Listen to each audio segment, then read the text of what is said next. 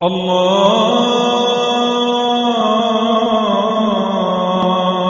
أكبر الله أكبر.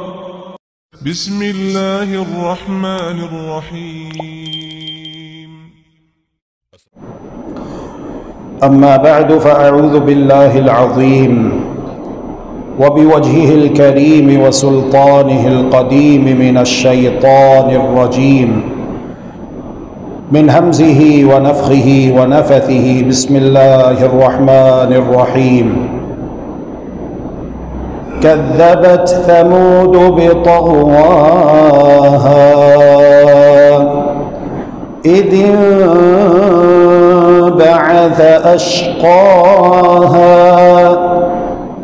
فقال لهم رسول الله ناقة الله وسقياها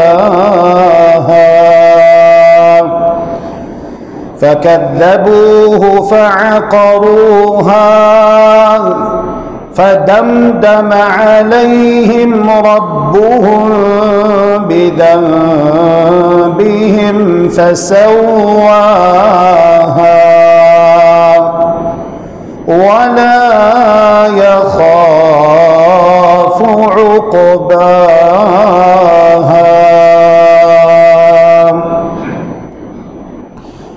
كذبت ثمود بطغواها. قوم ثمود نے اپنی سرکشی کی وجہ سے جھٹلا دیا. اذ انبعث اشقاها. جب اس کا سب سے بڑا بدبخت اٹھا. فقال لهم رسول الله ناقة الله وسقياها. تو ان سے اللہ کے رسول نے کہا اللہ کی اونٹنی اور اس کے پینے کی باری کا خیال رکھنا. فَكَذَّبُوهُ فَعَقَرُوهَا. انہوں نے اسے جھٹلا دیا. اونٹنی کی کونچیں کاٹ دیں. فَدَمْدَمَ عَلَيْهِمْ رَبُّهُمْ بِذَنبِهِمْ فَسَوَّاهَا. تو ان کے پروردگار نے انہیں ان کے گناہ کی وجہ سے پیس کر ہلاک کر دیا. پھر اس بستی کو برباد کر دیا، برابر کر دیا. وَلَا يَخَافُ عُقْبَاهَا. اور وہ اس کی سزا سے، اس کے انجام سے نہیں ڈرتا. عزیزان گرامی قدر، قرآن کریم کے ان آیات کی روشنی میں غور فرمائیے کہ قوم ثمود نے اللہ کے پیغمبر کا حکم نہ مانا، لیکن اللہ کے پیغمبر کو جسمانی اعتبار سے کوئی تکلیف نہیں پہنچائی. اللہ کے پیغمبر کو کچھ نہیں کہا، بلکہ اللہ کے پیغمبر کی اونٹنی کو پہلے اس کی ٹانگیں کاٹی اور پھر اس کے بعد اسے قتل کر دیا. کسے؟ اونٹنی کو.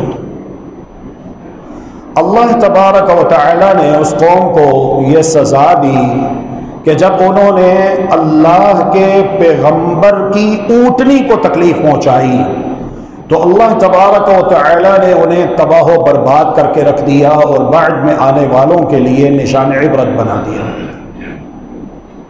پوائنٹ ٹو بی نوٹڈ، جو قوم اللہ کے کسی پیغمبر کی شان میں گستاخی کرے، اللہ کے کسی نبی اور رسول کی حرمت اور تقدس کو پامال کرے، تو آپ سوچئے کہ پھر وہ اللہ تبارک و تعالی کے عذاب اور عقاب سے کیسے بچ سکتی ہے؟ نہیں بچ سکتی. وہ کوئی ملک ہو، کوئی قوم ہو، کوئی قبیلہ ہو، کسی ملک کا کوئی باشندہ ہو یا افراد ہو.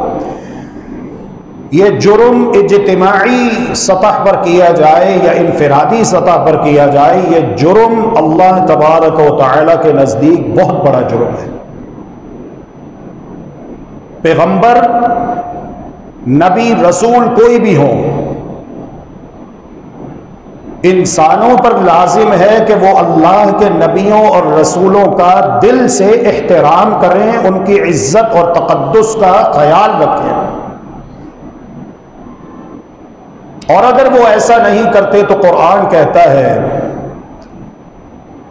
اعوذ باللہ من الشیطان الرجیم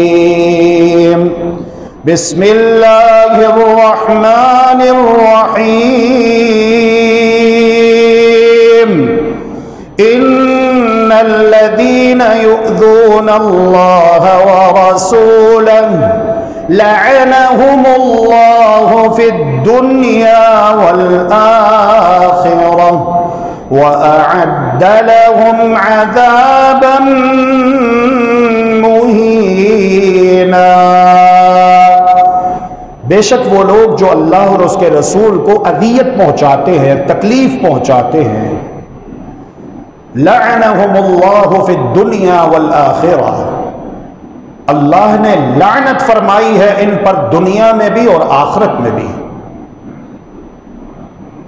وَأَعَدَّ لَهُمْ عَذَابًا مُهِينًا، اور اللہ تبارک و تعالی نے ان کے لیے رسوا کن عذاب تیار کر رکھا ہے، جو طبعاً انہیں مل کر رہے گا دنیا میں اللہ کے نیک بندوں کے ہاتھوں، اور آخرت میں